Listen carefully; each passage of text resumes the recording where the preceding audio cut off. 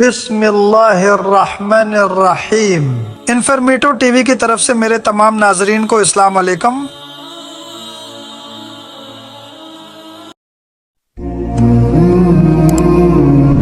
مدینہ کے اندر ایک قبیلہ بنی قریظہ رہتا تھا جس کے ساتھ مسلمانوں نے امن کا معاہدہ کر رکھا تھا۔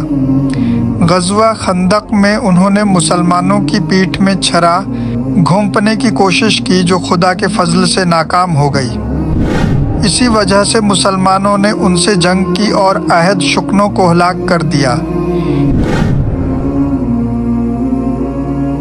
غزوہ خندق کے دوران مشرکین و یہود نے مدینہ کے اندر رہنے والے ایک قبیلہ بنی قریظہ سے رابطہ کیا اور مسلمانوں کو قتل کرنے کی ترغیب دی۔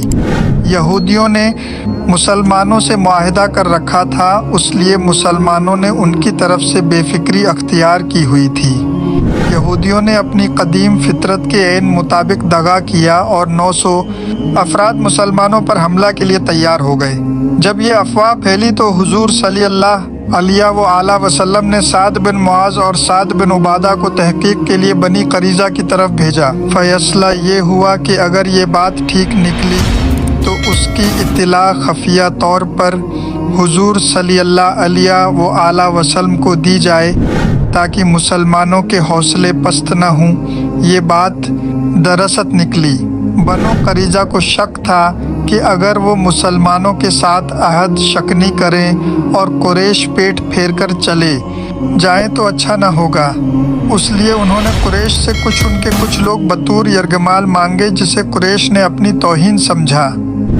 اس دوران مسلمان یہودی سازش سے آگاہ ہو چکے تھے، اس لیے انہوں نے راتوں کو 500 سواروں کا گشت شروع کیا اور نعرہ تکبیر لگا کر بزدل یہودیوں کا جگر پانی کرتے رہے۔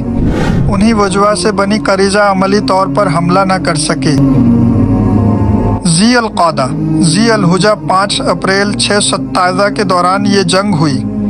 23 ذی القعدہ کو غزوہ خندق کے فوراً بعد حضور صلی اللہ علیہ وسلم 3000 سپاہ کے ساتھ بنی قریظہ کے ساتھ جنگ کے لیے نکلے تاکہ انہیں ان کی عہد شکنی کی سزا دی جائے۔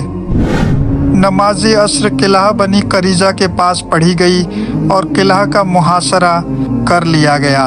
اس دوران تیر اندازی کے علاوہ کوئی جنگ نہ ہوئی، مگر بنی قریظہ سمجھ گئے کہ ان کی خیر نہیں ہے اور مسلمانوں سے مقابلہ نہیں ہو سکتا۔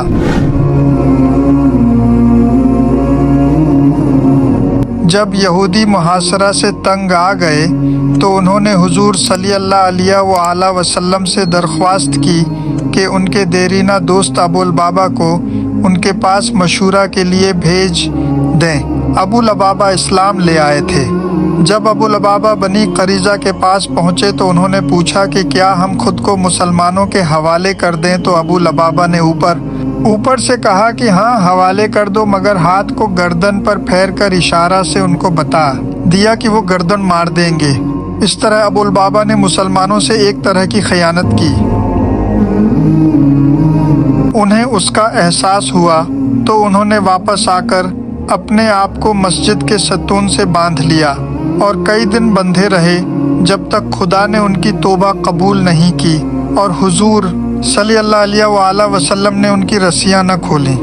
ابو لبابہ رضی اللہ تعالی عنہ تا زندگی اپنی توبہ پر قائم رہے اور محلہ بنی قریظہ میں ساری زندگی قدم نہیں رکھا۔ اس واقعہ کے بعد بنی قریظہ کے پاس کوئی چارہ نہ رہا مگر یہ کہ اپنے آپ کو مسلمانوں کے حوالے کر دیں۔ بنی قریظہ ہی کی مرضی سے یہ فیصلہ ہوا کہ ان کا فیصلہ سعد بن معاذ کریں گے۔ سعد بن معاذ غزوہ خندق میں لگنے والے ایک تیر کی وجہ سے زخمی تھے۔ انہوں نے یہ فیصلہ کیا کہ ان مردوں کو قتل کر دیا جائے جو عہد شکن ہیں، عورتوں کو اسیر کیا جائے اور ان کا مال ضبط کر لیا جائے۔ یہ فیصلہ 2 وجوہ سے ہوا تھا۔ ایک یہ کہ یہودیوں کی مذہبی کتاب تورات کے مطابق اس قسم کی عہد شکنی کی سزا موت تھی، اور دوسرے یہ کہ بنی قریظہ اور مسلمانوں کے درمیان معاہدہ کی ایک شق یہ تھی کہ اگر وہ دغا کریں گے تو ان کو قتل اور عورتوں کو اسیر کر کے ان کا مال ضبط کرنے کا اختیار۔